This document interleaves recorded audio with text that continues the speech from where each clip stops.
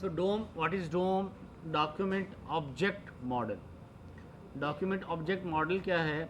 एक आपके पास API है, HTML के लिए बनाते हैं हम इसमें, और it's an XML document. What is an XML? HTML तो आपने पढ़ा है. XML को होता है एक्सटेंडेबल मार्कअप लैंग्वेज. जैसे HTML है हाइपर टेक्स्ट मार्कअप लैंग्वेज, और XML होता है एक्सटेंडेबल मार्कअप लैंग्वेज. ये जैसे मैंने आपको बताया था, HTML में आपके पास टैग होते हैं और उसमें क्या करते हैं आप, body tag, head tag, H1 tag, H2 tag, इस तरह से टैगिंग है. ये टैग है well defined tag.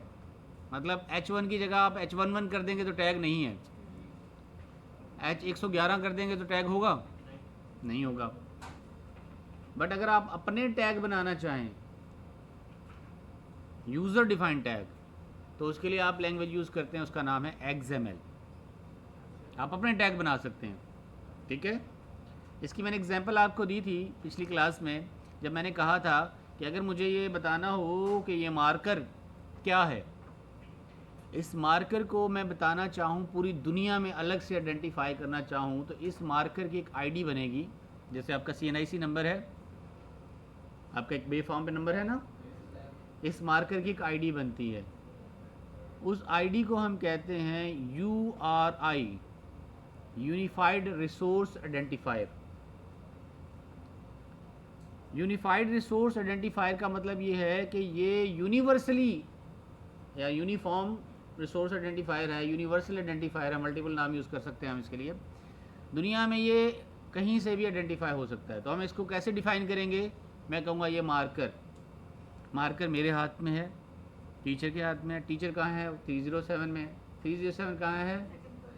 Second floor of block 3. Block 3 का है IBA यूनिवर्सिटी के अंदर. IBA यूनिवर्सिटी सक्कर में है, सक्कर सिंध में है, सिंध पाकिस्तान में है, पाकिस्तान साउथ एशिया में है, साउथ एशिया एशिया में है, और एशिया दुनिया में. क्लियर? तो ये अगर पूरी चेन आप डिस्क्राइब करें तो इसका मतलब आपने सही से बता दिया कि ये पेन कहाँ है. बात समझ में आ रही है? ऐसा एक पेन अगर 308 में हो, सेम प्रोसेस उसका होगा. तो 307 और 308 वाले दोनों पेन अलग अलग से आइडेंटिफाई हो सकते हैं. क्लियर? अब इस तरह से अगर एक और पेन ले लूं मैं, अनदर पेन, अब इसको डिफाइन करना हो, क्या चेंज होगा? ये पेन मेरा है राइट हैंड में और ये पेन है मेरा, सिर्फ ये चेंज होगा, बाकी सारी चीजें. लेकिन ये एक लफ्ज चेंज करने से लेफ्ट हैंड और राइट हैंड जो पूरा पाथ बनता है वो क्या हो गया? चेंज. क्लियर है? जैसे हम कहते हैं तो वो पूरे का पूरा जो पाथ है वो यूनिवर्सली आइडेंटिफाइबल है. URI, universally identifier resource identifier. Universal resource identifier. Clear है? अब हम जब बनाते हैं डायग्रामेटिकली, डायग्राम या विजुअल में, provide a simple visual documentary like the HTML, body, div और पैराग्राफ बनाते हैं. इसी तरह से हम अपने टैग बना सकेंगे. अब ये मैंने जो बताया आपको सीक्वेंस, ये क्या है? टैग. तो सबसे पहले टैग कौन सा आएगा? वर्ल्ड. वर्ल्ड के अंदर टैग कौन सा लगेगा? एशिया. एशिया के अंदर साउथ एशिया के अंदर, पाकिस्तान के अंदर. समझ में आ रही है बात? टैग के अंदर टैग, टैग के अंदर टैग. जैसे बॉडी में H1, H1 के अंदर, जैसे बॉडी में टेबल, टेबल के अंदर LI. क्लियर? टैग के अंदर टैग, टैग के अंदर टैग, टैग के अंदर लगाते रहेंगे तो फिर आप उसको अलग से आइडेंटिफाई कर सकते हैं कि वो ऑब्जेक्ट क्या है. ऐसे मॉडल को हम कहते हैं document resource, document object model. When web page is loaded, the browser create DOM, document object model of the page. अगर आप देखें तो आपका पेज जब लोड होता है, कोई भी पेज में अगर लोड करूं, यहाँ पे मैंने लिखा IBA, EIBA, ईबा लिखा मैंने, तो ये एक URL है, unified resource identifier, universal resource identifier. और L वाल for locator, universal resource locator. तो ये जो वेबसाइट है ये बताती है कि ये वेबसाइट किस सर्वर पे है, और उस सर्वर का क्या होता है, यहाँ पे आपको एक यूनिक नाम नज़र आ रहा है। इस यूनिक नाम की मैपिंग होती है एक आईपी एड्रेस के ऊपर, और वो आईपी एड्रेस किसी कंप्यूटर नोड का होगा, और वो आईपी एड्रेस की जो नंबरिंग सिस्टम है वो खुद बताता है कि ये नोड कंप्यूटर कहाँ पर है। क्लियर? मैपिंग है इसकी। जैसा कि आपका एनआईसी नंबर ये बताता है कि आप किस सूबे में हैं, किस डिस्ट्रिक्ट में हैं, किस तहसील में हैं, किस यूनियन काउंसिल में हैं, और आपकी जेंडर क्या है, और आपकी फैमिली ट्री क्या है, और आपकी फैमिली के मेंबर का हेड का नंबर क्या है। ये सारे का सारा आपके एनआईसी नंबर में मौजूद इंफॉर्मेशन है। मिसाल के तौर पे अगर मैं ये कहूँ कि 45302, तो 4 representing the province Sindh, 5 representing the division and division of Nawabshah. ठीक है, 4 5 डिवीजन हो गया। 3 representing the district in that particular division, let's suppose मैं कहता हूँ नौशहरा फिरोज। ठीक है, 0 रिप्रेजेंटिंग तालकास and then ये towns, and then UC is also represented by that number। इस तरह से आपकी पूरी चेन नंबर बता रहा होता है, और लास्ट में जो डिजिट होता है अगर वो ऑड हो तो मेल है, इवन हो तो फीमेल, और बीच वाला नंबर आपका होता है फैमिली नंबर, और पूरी फैमिली की हायरार्की होती है। तो एक नंबर बहुत कुछ बोलता है। इसी तरह से जो आपका आईपी एड्रेस होता है, वो आईपी एड्रेस में ये सारी इंफॉर्मेशन होती है कि इसकी क्लास कहाँ है, इसका डोमेन कहाँ है, इसकी रेंज कहाँ है, इसका लोकेटर कहाँ है। क्लियर? तो ये आईपी एड्रेस मैच होता है। इसी तरह से आपका डॉम काम करता है। डॉम देखिए यहाँ पे डॉक्यूमेंट के अंदर अगर हम जाएंगे तो रूट एलिमेंट क्या होगा, एचटीएमएल के अंदर, बॉडी के अंदर फिर एलिमेंट्स हैं, और एलिमेंट्स के अंदर फिर एलिमेंट्स और हेडर एट्सेट्रा। लेकिन अगर आपका मैं एक्सएमएल फॉर्म में ऑब्जेक्ट बनाऊँ, तो अभी मैंने जो बनाई तो उसमें आप क्या करेंगे, अगेन टैग लगाएंगे जैसे मैंने बताया। ए फॉर एशिया, एशिया के अंदर क्या लगेगा, साउथ एशिया, साउथ एशिया के अंदर पाक, पाक के अंदर सिंध। इस तरह से समझ में आ रही है बात। सिंध, सिंध के अंदर सक्खर, और सक्खर के अंदर आईबीए, सीबा यू, और सीबा यू के अंदर AB3, एंड AB3 के अंदर 307। चलें रूम पे चले जाते हैं, इसके अंदर आ गया ये सेकंड फ्लोर, क्योंकि number representing 3 representing the second floor. ठीक है, एंड उसके अंदर आप जाके बता दें क्या है, मार्कर।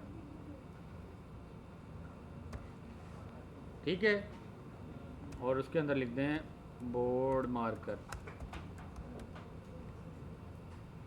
फिर क्या करेंगे, जितने टैग ओपन किए सारे के सारे उसी सीक्वेंस में क्लोज करेंगे। क्लियर हो गया? तो ये डॉम कहलाता है। With object model JavaScript gets all power it need to be create dynamic HTML। JavaScript can change all HTML element to the page. Java HTML can define attributes in the page. Java can change the CSS style, can change, remove the existing HTML, can add the new HTML, can remove the existing HTML, can react existing HTML events, can create new HTML event। ये सारा कुछ काम कर सकता कौन, JavaScript के ज़रिए हम ये सारे काम करेंगे रन टाइम पे।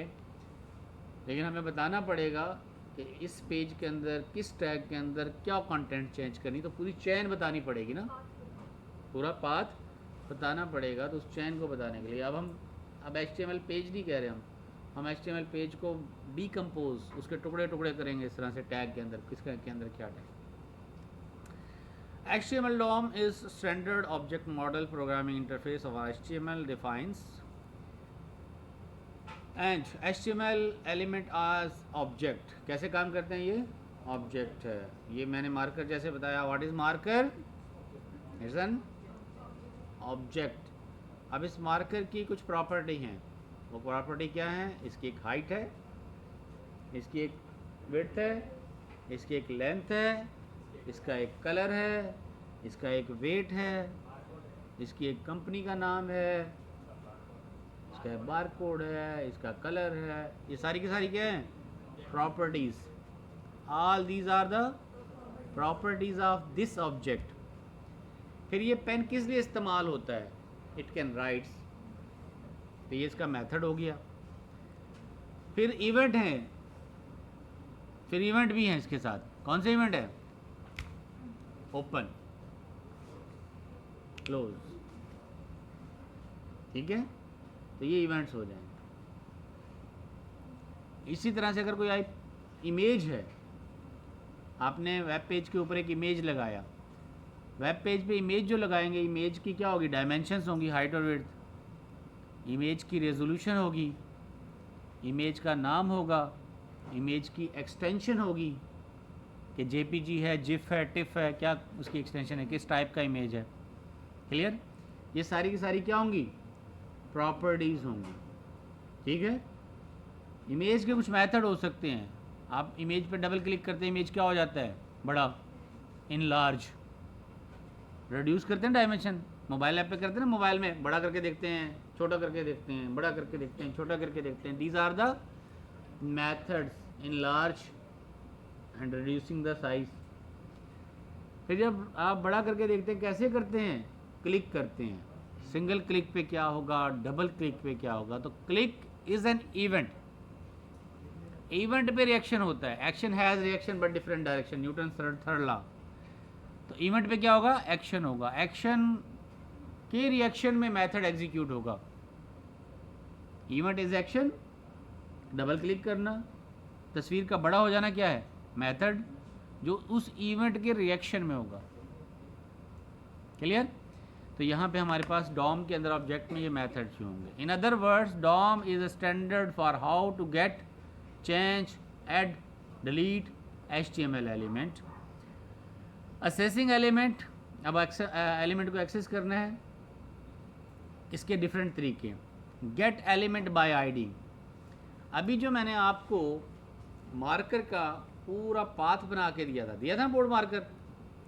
अब इसके अंदर मार्कर के अंदर मैं जाके लिखूँ यहाँ पे ID इज इक्वल टू 55441212, ये मैंने इसकी ID बना दी। मेरी मर्ज़ी है मैं कोई भी ID दे दूँ, ऐसे ही है ना, तो मैंने इसको ये ID असाइन कर दी। अब मुझे अगर ये मार्कर एक्सेस करना हो तो मैं ID पास कर दूँ तो ID से फैच हो जाएगा, अगर ये यूनिक हो ID। क्लियर, अगर मैं ये मार्कर करके मल्टीपल मार्कर बना दूँ, मार्कर, बोर्ड मार्कर, क्लोज करेंगे टैग और क्या लिखेंगे दोबारा, मार्कर, टैग क्लोज। और इसी तरह से मुझे 4-5 मार्कर लिखाने हैं, कमरे में मौजूद हैं 301 में, तो क्या करूँगा, मार्कर मार्कर मार्कर मार्कर लगा दूँगा। अब ये इतने सारे मार्कर जब आ गए तो इनकी क्या करनी पड़ेगी, मुझे ID चेंज करनी पड़ेगी। ये 12 है, इसको 13 कर देंगे, इसको 14 कर देंगे, इसको 15 कर देंगे एंड इसको 16 कर देंगे। डन, ये 6 मार्कर हो गए। अब मुझे कौन से वाला मार्कर एक्सेस करना है, मैं कॉल बाय ID करूँगा, एलिमेंट बाय ID। तो इस तरह से आप एलिमेंट एक्सेस करते हैं। अब मार्कर को रिप्लेस कर दें, मार्कर की picture in the web page, marker की तस्वीर लगाई आपने वेब पेज में, तो अब हर वेब पेज में जो मार्कर की तस्वीर है उसका एक अलग से ID होगी। बात समझ में आ रही है ना। फिजिकल ऑब्जेक्ट्स को मैं कन्वर्ट कर रहा हूँ डिजिटल ऑब्जेक्ट्स में, सेम। अब क्लास भी देंगे, और क्लास कौन सी है इसकी, मार्कर। तो एलिमेंट कॉल कर सकते हैं बाय मार्कर, तो सारे के सारे मार्कर आ जाएंगे। अब सारे के सारे मार्कर आ जाएंगे, बोलेंगे पहला मार्कर दिखाएगा वो, हम बोलेंगे नेक्स्ट, दूसरा दिखाएगा, फिर नेक्स्ट, तीसरा दिखाएगा। तो जब हम क्लास कॉल करते हैं तो फिर सारे एलिमेंट आ जाते हैं उस क्लास से बिलोंग करने वाले। जैसे आप तमाम स्टूडेंट्स का एक नाम है अलग अलग, तो मैं ID बाय ID कॉल करूँ तो नाम से कॉल कर लूँ या आपको रोल नंबर असाइन कर दूँ। लेकिन अगर मैं बोलूँ बाय क्लास तो पूरी क्लास उठ के आ जाएगी, फिर उसमें जो पहला स्टूडेंट होगा फैच होगा, फिर बोलूँगा नेक्स्ट नेक्स्ट नेक्स्ट नेक्स्ट। ठीक है, तो इस तरह से एक्सेस कर सकते हैं। तो ये सारे मेथड्स यहाँ पर मौजूद हैं। तो आप करेंगे element, gate element by ID, और उसमें आप आईडी दे दें रिट्रीव एलिमेंट बाय आईडी।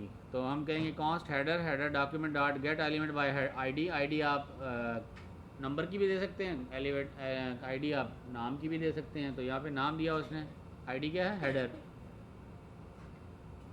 और फिर उसके बाद आप जब आईडी आपने ले ली, और आईडी लेने के बाद उसको किसी वेरिएबल में स्टोर कर देंगे। कॉन्स्ट हमने बनाया था इसलिए जब हम कांस्टेंट वेरिएबल बनाएं, फिर बोलेंगे हेडर डॉट टेक्स्ट कंटेंट। अब हमने आईडी ले ली, अब हम कहेंगे उसका कलर बताओ, उसका नाम बताओ, उसका साइज़ बताओ, उसका वेट बताओ। फिर आप उससे, क्योंकि आपने उसकी क्या कर ली, आईडी लेके किसी वेरिएबल में, टेम्पररी वेरिएबल में स्टोर कर दिया। अब आप उसकी बाकी प्रॉपर्टीज़ के साथ खेल सकते हैं। दूसरा तरीका आपका ये है कि आप क्यूरी सिलेक्टर कर लें।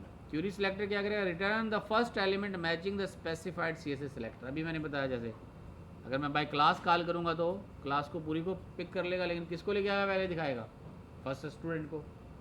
फिर नेक्स्ट का मेथड करके हुए मैं इटरेटर चला सकता हूँ। तो यहाँ पे अगर आप बोलें कॉन्स्ट फर्स्ट बटन, और मैं बोलूँगा डॉक्यूमेंट डॉट क्यूरी सिलेक्टर, और इसमें पास क्या किया, बटन। तो बटन्स के अंदर जाएगा, जितने ही बटन होंगे उनमें से पहले बटन को उठा लेगा। अब बोलूँगा मैं फर्स्ट, उसको स्टोर कर लूँगा किसमें, फर्स्ट बटन में। तो बोलूँगा first button dot style dot background is equal to blue. तो फर्स्ट बटन का बैकग्राउंड चेंज कर दिया। बैकग्राउंड क्या है, स्टाइल है। तो आपने सीक्वेंस ये रखनी है, ठीक है। बैकग्राउंड क्या है, स्टाइल है। तो आप बोलेंगे first button dot style dot background. जैसे मैंने बोला था कोई पिक्चर है, तो आप बोलेंगे उसकी picture dot dimension dot height. Height क्या है, डायमेंशन है। तो उसको एक्सेस कैसे करेंगे, picture dot dimension dot height. इस तरह से आप प्रॉपर्टीज़ को एक्सेस करते हैं। और प्रॉपर्टी का कंसेप्ट वही है कि बड़ी चीज़ के अंदर छोटी, छोटी के अंदर फिर छोटी, फिर छोटी, इस तरह से रेफरेंस करते हैं। दूसरी क्यूरी क्या है, select all, query selector by all. तो क्यूरी सिलेक्टर बाय ऑल में क्या करेंगे, आप बोलेंगे return all element matching the specified as a node list. ये लिस्ट आ जाएगी। पहले में उसने लोड किया था पहला एलिमेंट, अब क्या करेगा, लिस्ट करेगा। तो मैं बनाऊंगा कास्ट बटन्स, बटन के बाद बोलूँगा डॉक्यूमेंट डॉट क्यूरी सिलेक्टर, और क्या करें, बटन, सारे बटन सेलेक्ट कर ले। अब सारे बटन सेलेक्ट होकर किस में आ गया, बटन्स में। पहले बटन था, अब बटन्स है, क्योंकि क्या क्या ले लिया आपने, सारे बटन ले लिए। पहले पिछली क्यूरी में आपने कहा था क्यूरी सिलेक्टर, जो कि क्या करता था, उस क्लास से बिलोंग करने वाले पहले एलिमेंट को पिक कर लेता था। अब आपने कहा सारे एलिमेंट आ जाओ, तो सारे ले आया।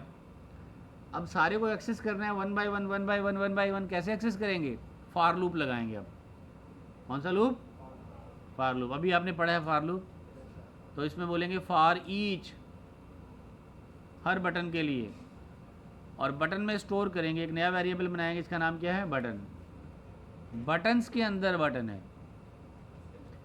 और फिर उसमें आप क्या करेंगे, button dot style dot colour is equal to red. वो बटन जिसका कलर रेड है उसको किस में ले जाओ, बटन में स्टोर कर लो। इस तरह से हमने उस बटन को फैच कर लिया जिसका कलर रेड है। अगर रेड एक से ज़्यादा होंगे तो भी इस बटन में एक टाइम पे एक बटन आएगा, फिर दूसरा रेड वाला बटन उठ जाएगा, फिर तीसरा रेड वाला बटन आ जाएगा, चौथा रेड वाला बटन आ जाएगा। इसकी एग्जांपल वैसे ही है जैसे आपने पानी की एक बाल्टी भर ली और फिर मग भरते हैं, फॉर ईच। मग भरा, गिरा दिया, मग भरा, गिरा दिया। तो अब मग किसका काम कर रहा है, मग। अगर उस पानी के अंदर 10 गिलास थे और एक गिलास में, एक मग में एक गिलास आ रहा है, तो हर मग भर रहे हैं जब आप एक गिलास पानी का पिक कर रहे हैं और उसको गिरा रहे हैं, फिर दूसरा पानी का गिलास पिक कर रहे हैं, गिरा रहे हैं। इस तरह से आप कितने गिलास गिरा सकते हैं, 10 जो उसमें हैं। क्लियर। तो that is called iterator, iterator, one by one. Clear. तो इस तरह से आप चीज़ों को चलाएंगे। दूसरा तरीका ये है कि आप अगर क्यूरी सिलेक्टर करें और for each P for paragraph dot style और बीजी कलर बैकग्राउंड कलर, और कलर का देने का तरीका क्या है, हैश नंबर के लिए रिप्रेजेंट होता है, FA F4 F4 F4, ये कलर का कोड है, कलर का कोड है। क्या आपको पता है कंप्यूटर कितना कलर जनरेट कर सकता है? एनीवन? कंप्यूटर कितने कलर जनरेट कर सकता है? मैं क्वांटिटी पूछ रहा हूँ, कितने, हाउ मैनी, हाउ मैनी। और ये कोड कैसे रिप्रेजेंट करता है कलर को? MS वर्ड कितने लोग जानते हैं? 1 2, डर डर के हाथ उठाएंगे, मुझे पता है। चले कोई बात नहीं, काफ़ी जानते हैं। अब मैं समझाता हूँ कि MS वर्ड के अंदर मैं आपको कलर सिखाता हूँ, कलर कैसे होते हैं और कितने नंबर होते हैं और कितने कलर जनरेट हो सकते हैं।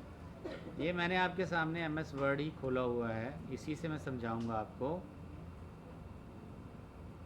ठीक है। इसको मैंने लगा दी पिन, और यहाँ से मैंने कलर पे सिलेक्ट किया, सबने यूज़ किया ना ये कलर, इस कलर में गया और इसमें गया मैं मोर कलर्स के अंदर, इतने कलर्स हैं, हाउ मेनी कलर्स, कितने कलर हैं, इतने कलर हैं, इतना ऐसे ही है, नहीं इतने नहीं है, इससे कहीं ज़्यादा है, कहीं ज़्यादा। कैसे? आप जाएंगे कस्टम कलर में, अब कस्टमर कलर में RGB कोड आ गया, वो जो F4 F4 F4 आ रहा था ना, वो कोड था हेक्साडेसिमल में, और हेक्साडेसिमल कितने लोगों ने पढ़ा है? हेक्साडेसिमल 00 से स्टार्ट होता है, और उसमें काउंटिंग के अंदर 9 के बाद 10 नहीं आता, A आ जाता है, फिर B C D E F जाता है, F के बाद 10 आता है, 10 का मतलब 16 होता है, तो 0 से लेके F तक 15 कोड होता है। और अगर हम इसको FF में लेके आएँ तो FF का मतलब है 255। तो रेड कितने कलर कर सकते हैं रेड के, हाउ मच? नीचे देखें कोड जनरेट हो रहा है, चेंज हेक्स नज़र आ रहा है, ये हैश 9B66, मतलब अगर मैं रेड जो है वो 155 पॉइंट्स लूँ और ग्रीन 102 पॉइंट लूँ और ब्लू 24 पॉइंट लूँ, तो ये कोड जनरेट होता है। दूसरे लफ्ज़ों में आप यूँ समझ लें 155 डेसिमल में बराबर होगा 9B के बराबर, 9B के, 102 बराबर होता है 66 के, और 204 किसके बराबर होगा? CC। अब यहाँ पे रेड है, उसको मैं कर देता हूँ 255, तो क्या आ गया देखें, पहला नंबर FF, समझ में आ रही है? 255 से बड़ा नंबर नहीं कर सकता मैं, एक कलर की फ्रीक्वेंसी रेड की है 255, ग्रीन की कितनी है 255 मैक्सिमम, और ब्लू की कितनी है 255। तो अब अगर मैं देखें यहाँ पे, अगर मैं इस कलर को कर दूँ 0 और इस कलर को कर दूँ 0 और इस कलर को कर दूँ 0, तो यहाँ देखें न्यू कलर कौन सा जनरेट हुआ, ब्लैक, ब्लैक कलर। लॉजिक समझाता हूँ, जब कोई कलर नहीं होगा तो क्या होगा, ब्लैक होगा, अंधेरा होगा, darkness, absence of colour is called darkness, black. और जब कलर हम बढ़ाएंगे, अब मैं देखें रेड को मैंने कर दिया कलर, नोट करें 0 किया और उसको ले गया 255 पे, कौन सा कलर हो गया, रेड। इसी तरह से मैं 0 को, रेड को 0 कर देता हूँ और ग्रीन पे जाके इसको कर देता हूँ 255, क्या हुआ, ग्रीन। और अगर ग्रीन को मैं ख़त्म करूं और ब्लू को लेके जाऊं 255, ठीक है, ये बता रहा है 255, तो क्या हो गया, ब्लू। अगर मैं ब्लू को 255 रखूं और रेड को कर दूं 200, ये कलर बनेगा, नज़र आ रहा है। और अगर मैं रेड को ब्लू ग्रीन को कर दूं और रेड को कर दूं अगर 200, तो ये कलर बनेगा, ग्रे, ग्रे कलर है। 100 करेंगे तो ये कलर बनेगा। बात समझ में आ रही है, कलर कम्बिनेशन, ठीक है। और अगर मैं तीनों कलर को कर दूं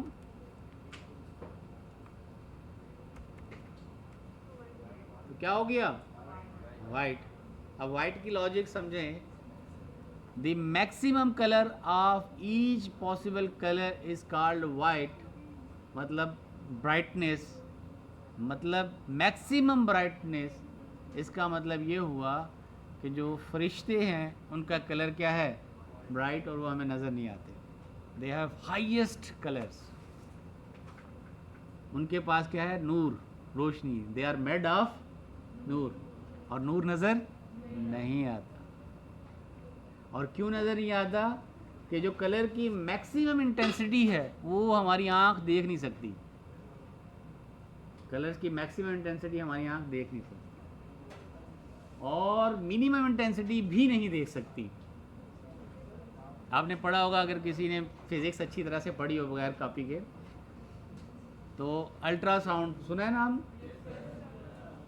ठीक है।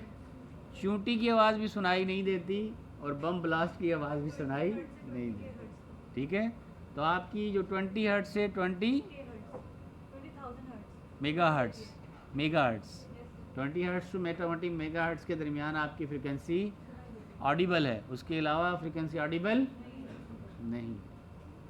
क्लियर हो गया। अब पॉइंट पे अगर आए तो अब मैंने आपको बताना था कि टोटल कलर कितने बन सकते हैं, how many colour can computer support. तो मैं जाता हूँ कैलकुलेटर पे, और कैलकुलेटर पे जाके आपको एक ऐसा फार्मूला सिखाता हूँ कि कभी भी आप कैलकुलेटर के ज़रिए इसका नंबर मालूम कर सकते हैं।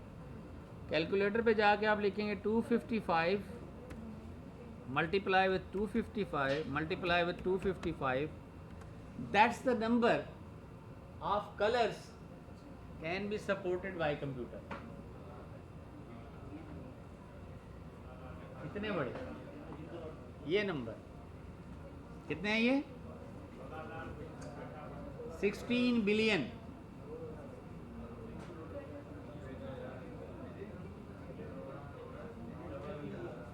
Clear, okay. बस अब आ जाएं, come back to the topic. मैंने इतना डेप्थ में इसलिए करवा दिया कि टाइम हो तो हमारे पास हम इतनी डेप्थ में भी करवा सकते हैं, ठीक है। हम come back to the topic. अब आपको ये लॉजिक समझ में आ गई कि हैश F4 का मतलब क्या है, क्लियर। ये बैकग्राउंड कलर है। इसी तरह से हम डिफरेंट कलर्स हेडिंग ले लें हम, और हेडिंग लेने के बाद हम H1 H2 H3 H6 heading को क्यूरी सिलेक्टर ऑल सारी हेडिंग सेलेक्ट कर लें और बोलें for i is equal to 0 i dot header slash length i plus plus, for loop लगा दिया। Header i dot style colour is FF6344, एक कोई कलर दे दिया, कौन सा कलर है, टोमेटो कलर, क्योंकि FF रेड कर देगा उसको, और बाकी नंबर उसके कलर को थोड़ा सा लाइट कर देंगे, बिल्कुल रेड नहीं होता टोमेटो का कलर। ठीक हो गया। तो इस तरह से आप कलर साइन कर सकते हैं, i is equal to 0 i less than length i plus plus, और आप हर लाइन पे जाके हर हेडिंग का कलर चेंज कर सकते हैं, क्योंकि पहले वो उठाएगा H1 को, फिर H2 को, फिर H3 को, एंड देन H4। क्लियर हो गया।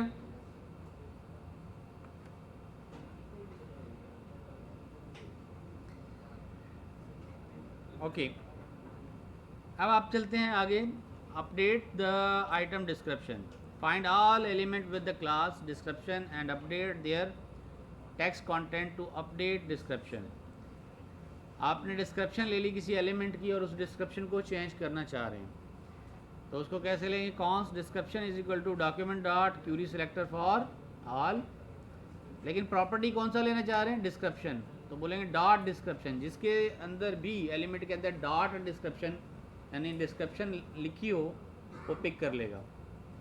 पिक करने के बाद सारी डिस्क्रिप्शंस आ जाएंगी डिस्क्रिप्शन वेरिएबल के अंदर, और क्योंकि ये डिस्क्रिप्शन वेरिएबल अब ये मल्टीपल वैल्यू को स्टोर कर रहा है, तो हमें उनको एक्सेस करने के लिए फॉर ईच लगाना पड़ेगा। तो description dot for each loop लगाएंगे, डिस्क्रिप्शन वेरिएबल है, उसमें हम क्या करेंगे, डिस्क्रिप्शन डॉट टेक्स्ट कंटेंट, और उसको लिख देंगे अपडेटेड डिस्क्रिप्शन, यानी वर्ड डिस्क्रिप्शन लिखा हो तो उसको क्या कर देंगे, अपडेटेड डिस्क्रिप्शन में लिख देंगे।